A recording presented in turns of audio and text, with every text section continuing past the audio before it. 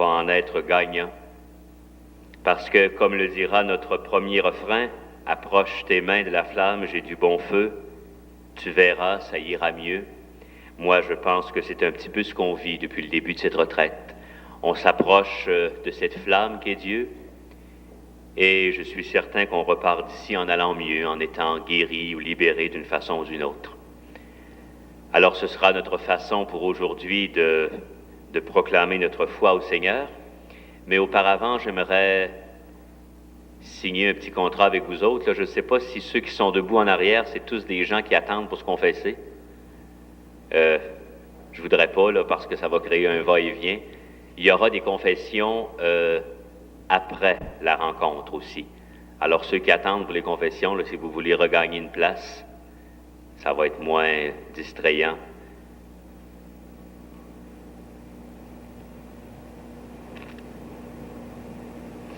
Alors, si vous voulez vous lever, on va chanter ce premier chant.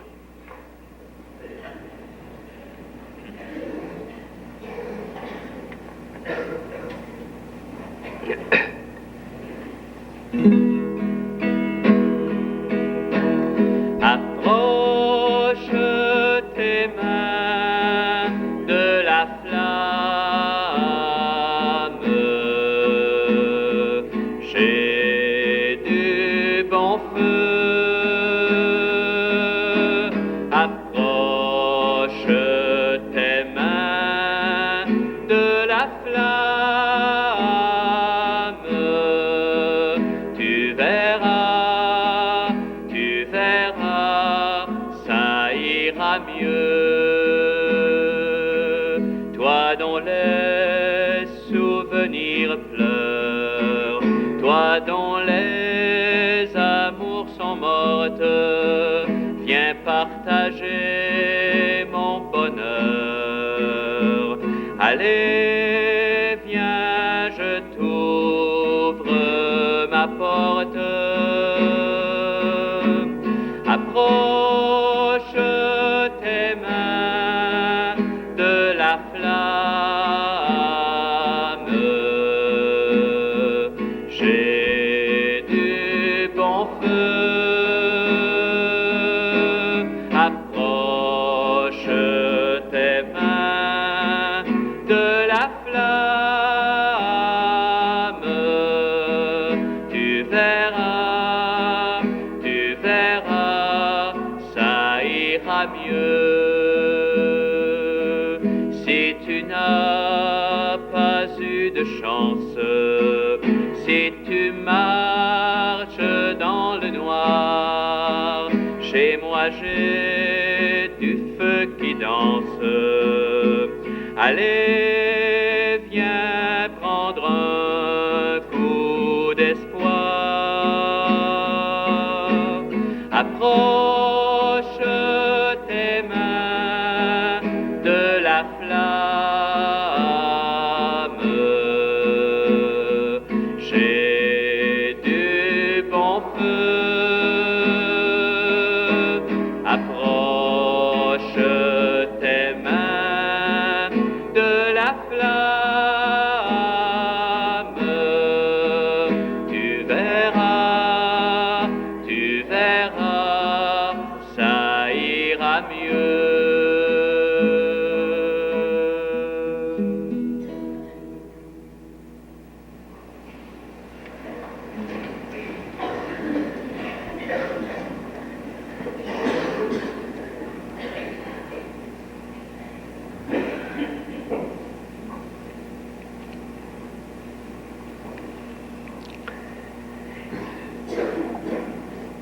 Nous avons réfléchi hier sur un aspect assez important de notre vie chrétienne, celui de notre appartenance à une même Église, à une même famille.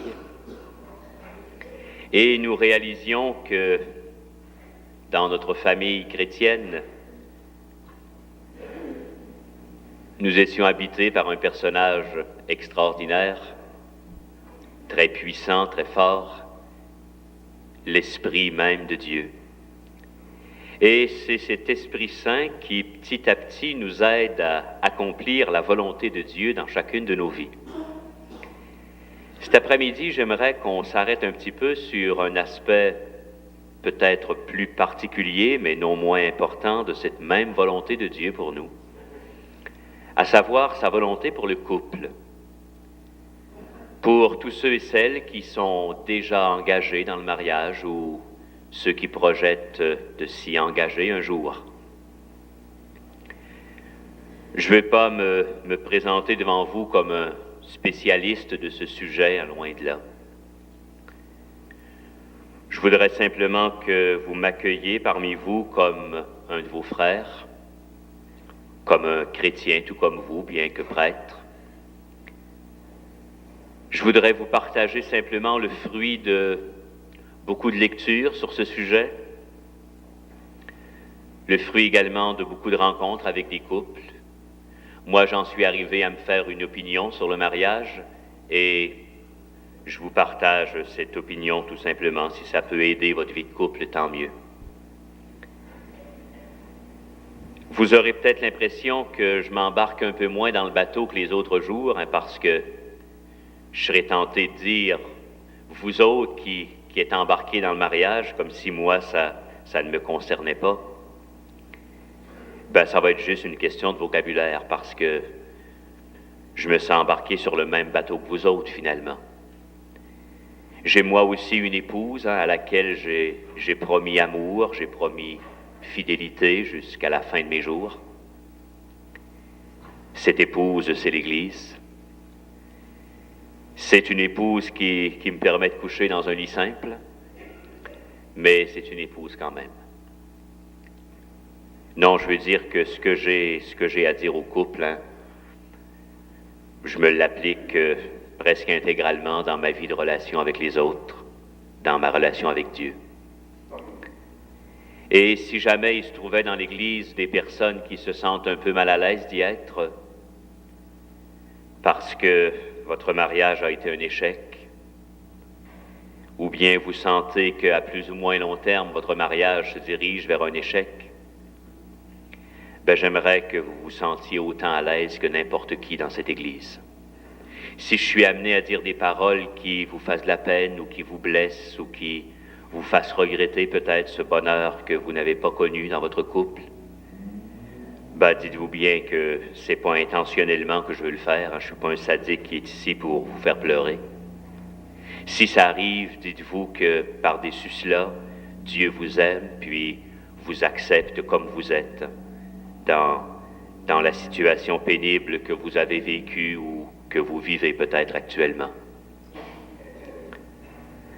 Alors réfléchir sur la volonté de Dieu pour un couple, ça peut nous faire grimacer un petit peu au départ parce que on a tellement été habitués à penser, du moins les plus âgés parmi nous, que la volonté de Dieu c'était quelque chose de dur. On a grandi dans cette mentalité de sacrifice, de mortification, de pénitence, de sorte que faire plaisir à Dieu, ça se traduisait souvent me priver moi de quelque chose, autrement dit faire quelque chose que j'aime pas. Si cet après-midi on pouvait se convaincre un peu du contraire, moi je pense que le but de cette rencontre serait passablement atteint. En ce sens que ce que vous avez toujours voulu l'un pour l'autre, ça coïncide exactement avec ce que Dieu désire pour vous deux. Moi, tous les fiancés que je connais, puis que j'aide tant bien que mal à se préparer à leur mariage, c'est toujours des jeunes qui me disent d'une façon ou d'une autre, on est sûr de vivre quelque chose d'extraordinaire. On se prépare à cela. On veut vivre un amour qui n'est pas banal, un amour qu'on ne retrouvera pas tous les coins de rue. Un petit peu comme dit ce vieux refrain, un amour comme le nôtre, il n'en existe pas deux. Moi, je pense que ça, c'est l'idéal de tout couple. Puis heureusement qu'il en est ainsi. Et c'est également ce que Dieu désire.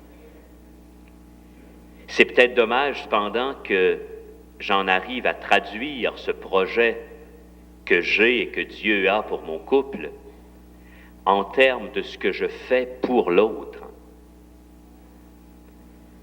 Peut-être que toi, papa, tu te dis, me semble que je fais tout ce que je peux pour que mon couple aille bien. Je suis pas le genre de gars qui traîne dans les hôtels ou dans les brasseries après mon ouvrage. Je m'en vais tout de suite à la maison, habituellement. Je veux pas rendre ma famille inquiet. Je suis pas le genre de gars non plus qui assomme mon épouse ou mes enfants avec mes problèmes du travail dès que j'arrive. Ce qui est au travail reste là, je tanne pas les autres avec ça. Si ton épouse ne travaille pas à l'extérieur, ben, tu te dis peut-être je vais sortir avec elle le plus souvent que notre budget nous le permettra. Parce qu'on doit cette année de toujours être entre les quatre mêmes murs, hein, c'est certain. Bon, tu fais bien tout ce que tu peux. Maman, de ton côté, c'est peut-être la même chose. Tu te dis, honnêtement, me semble que je fais tout ce que je peux moi aussi. Hein. Je mets de l'eau dans mon vin bien plus souvent qu'à mon tour, peut-être.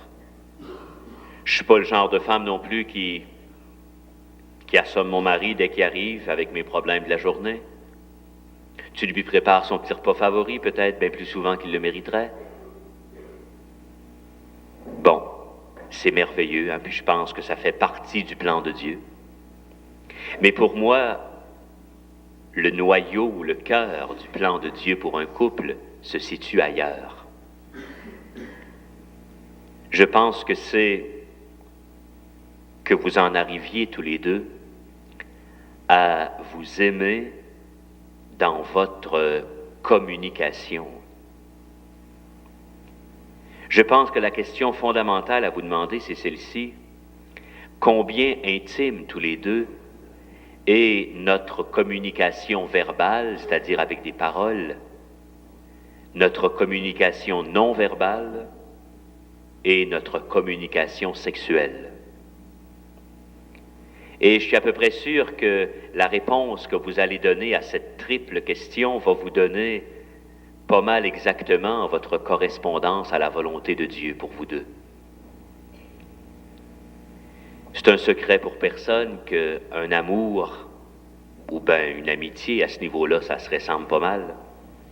Que amour et amitié, ça grandit, ça se développe en autant qu'il y a de la communication entre les deux personnes amoureuses ou les deux personnes amies.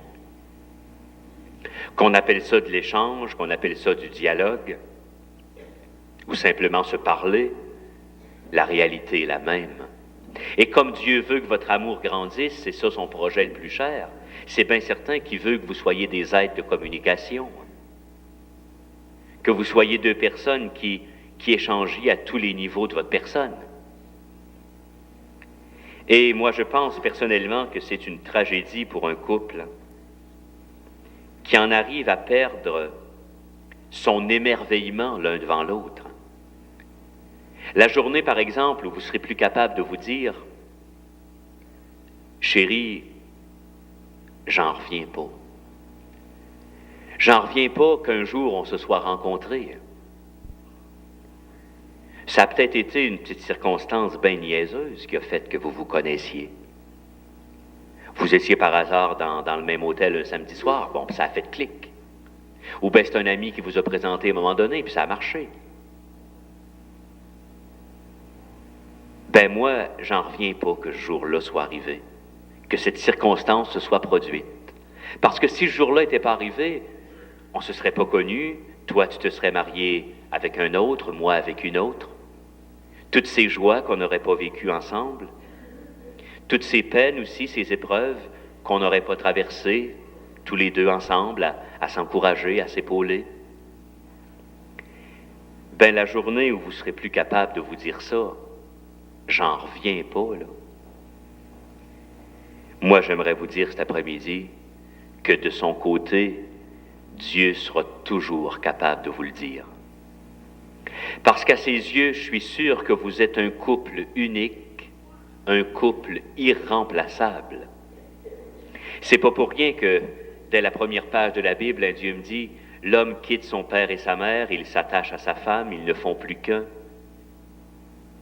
Ben moi, je me dis, comme il n'y a pas de temps pour Dieu, tout lui est infiniment présent, c'est donc de toute éternité que Dieu vous chérissait, vous désirait, vous savait être couple. Tout ce qu'on disait dimanche à propos de Dieu qui nous aime comme personne, moi je le redirais volontiers après-midi pour Dieu qui vous aime comme couple.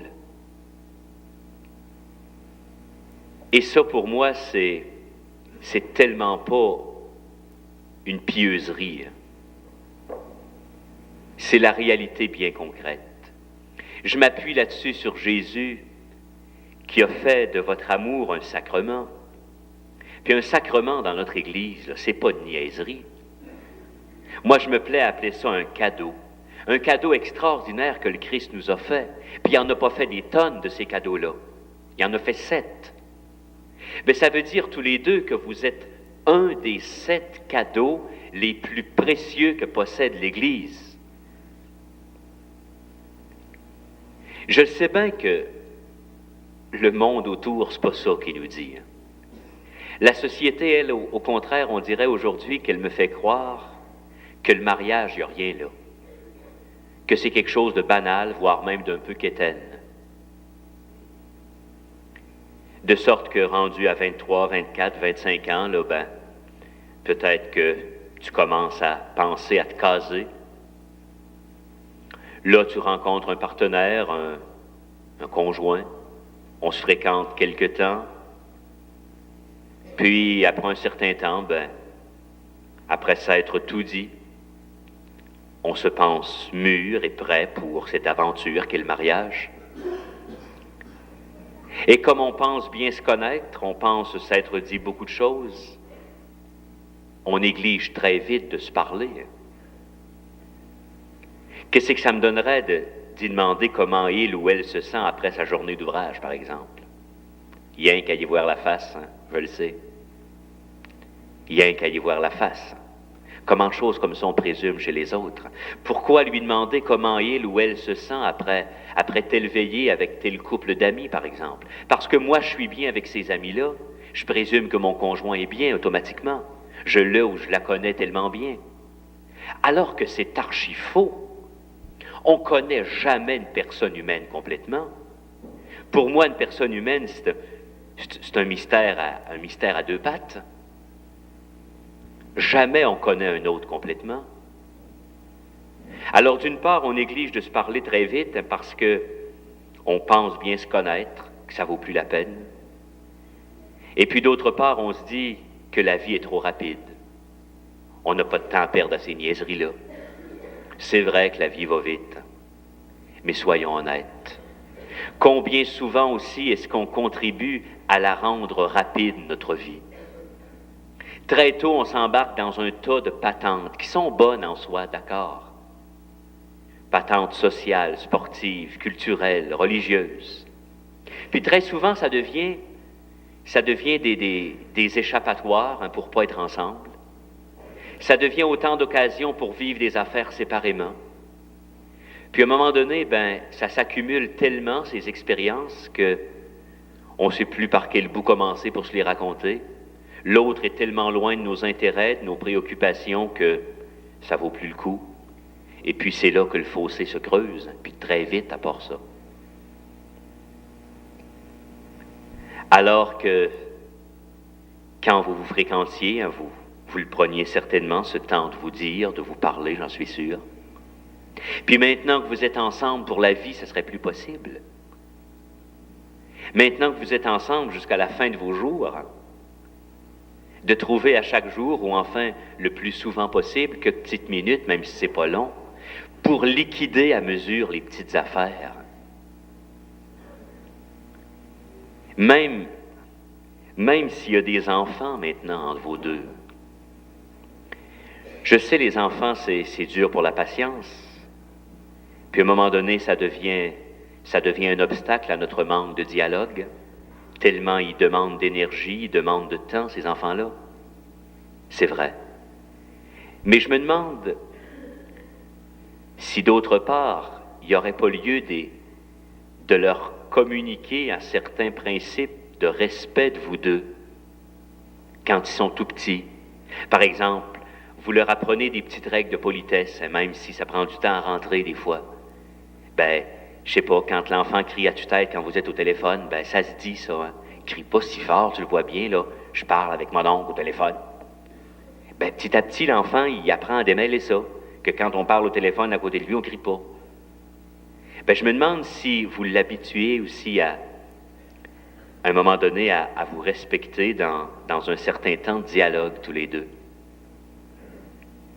Je dis pas les envoyer jouer dans le trafic, là, sur la barre blanche, hein, mais qui vous voient petit à petit vous parler calmement, qui vous voient vous embrasser, qui vous voient vous pardonner, qui réalisent hein, que vous n'êtes pas des superman, que vous autres aussi, vous vous faites de la peine. Vous vous dites des gros mots des fois, comme eux autres, ils s'en font de la peine avec leurs amis. Mais qu'ils réalisent qu'un papa et une maman, c'est ces deux personnes qui ont assez d'amour dans leur cœur pour se dire pardon après ces petites blessures. Ça, là, c'est impayable. À chaque fois que vos enfants vous voient ici, moi, je suis sûr que c'est comme si vous envoyiez des petits jets d'amour dans la maison. Des pchit pchit, là. Ça se répand dans l'air de votre maison, dans l'air que vous respirez, dans l'air que vos enfants respirent. Puis respirer de l'amour, ben, ça fait du bien pour les poumons de la vie intérieure. Il y a d'ailleurs un très vieux proverbe qui dit « Ce qu'un papa peut faire de mieux pour son fils ou pour sa fille, c'est d'aimer la mère de son fils ou de sa fille. » Alors moi, si j'avais à définir l'amour dans un couple, hein, me semble que c'est une définition qui devrait comprendre deux mots. Pour moi, un couple, c'est une union et c'est un don.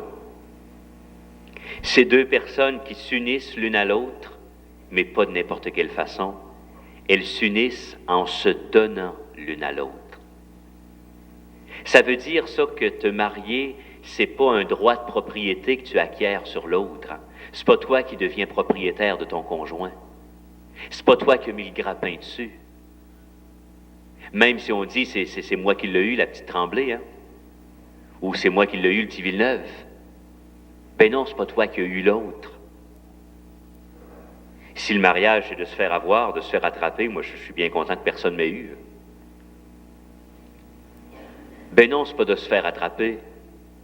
C'est deux personnes qui se disent « Je ne sais pas de quoi ma vie va être faite dans 5 minutes, encore moins dans 5 ans, dans 10 ans, dans 20 ans, mais je te fais tellement confiance, puis je t'aime assez aujourd'hui, que je mise toute ma vie sur toi.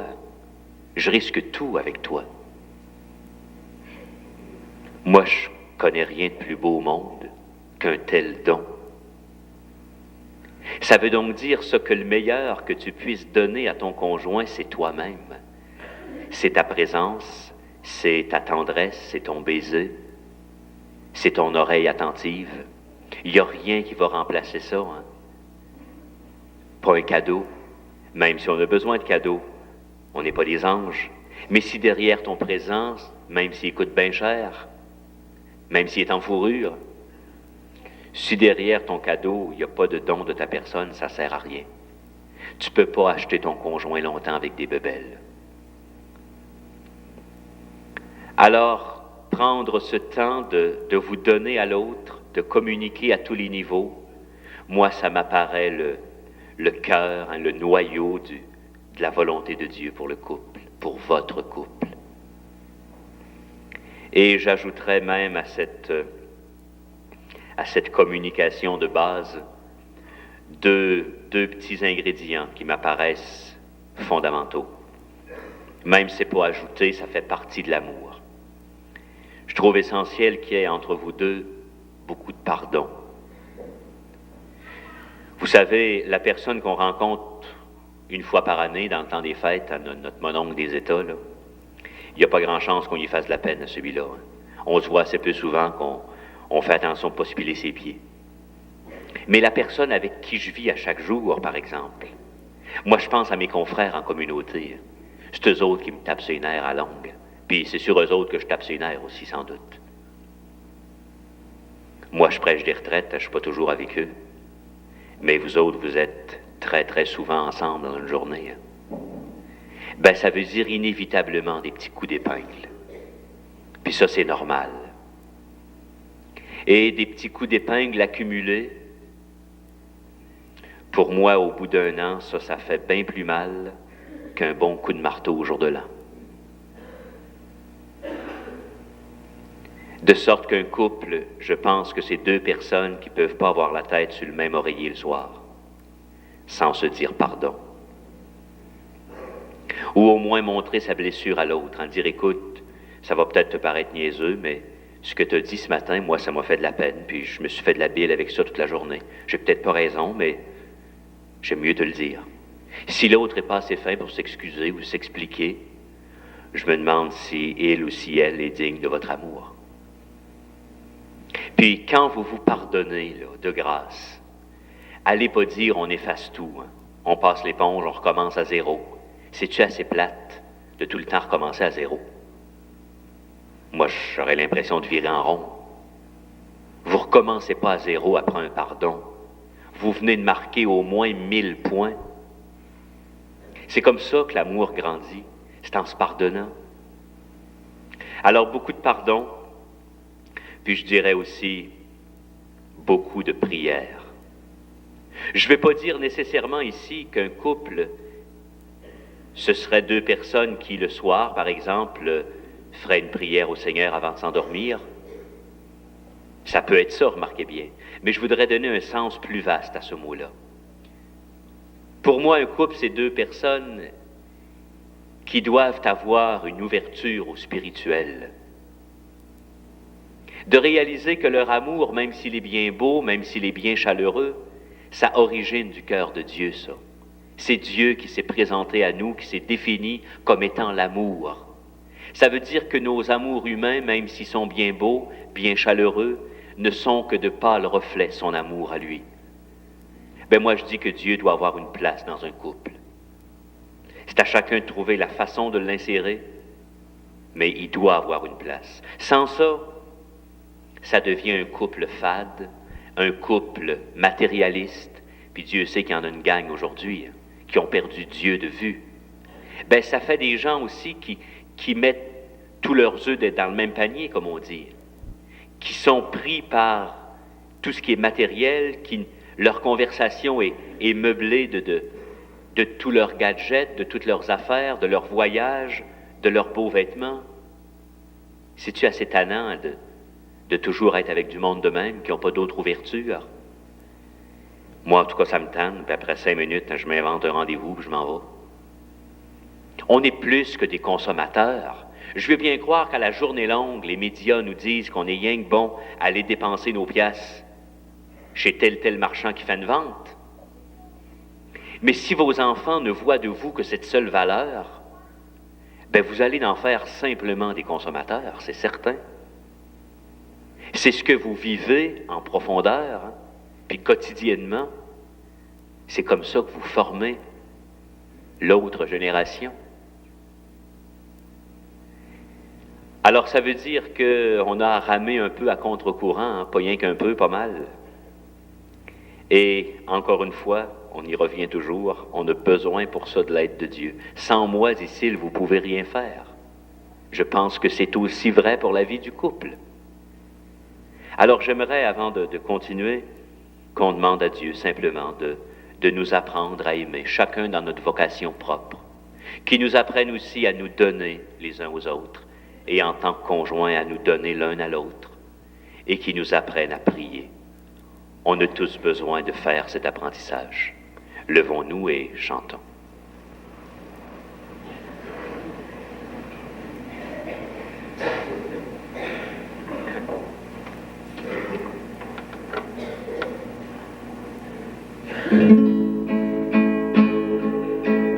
Apprends-moi à aimer, même sans poésie.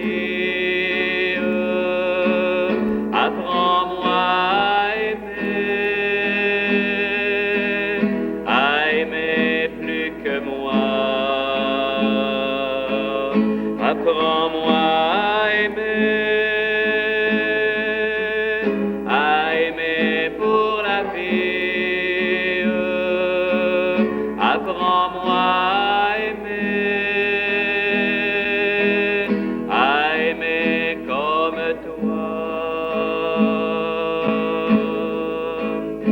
Apprends-moi à donner tout mon être. Apprends-moi à donner sans retour. Apprends-moi à donner toute ma vie. Apprends-moi à donner comme toi.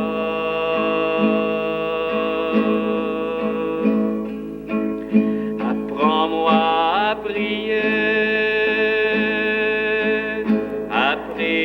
dans l'esprit. Apprends-moi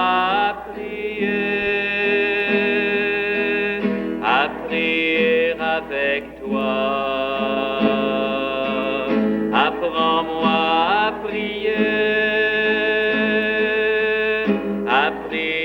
notre Père. Apprends-moi à prier comme toi.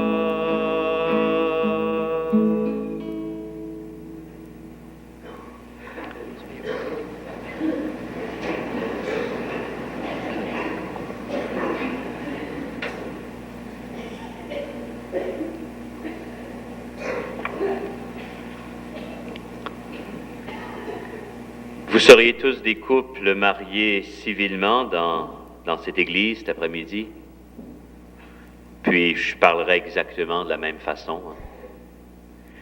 Qu'il s'agisse du mariage civil ou du mariage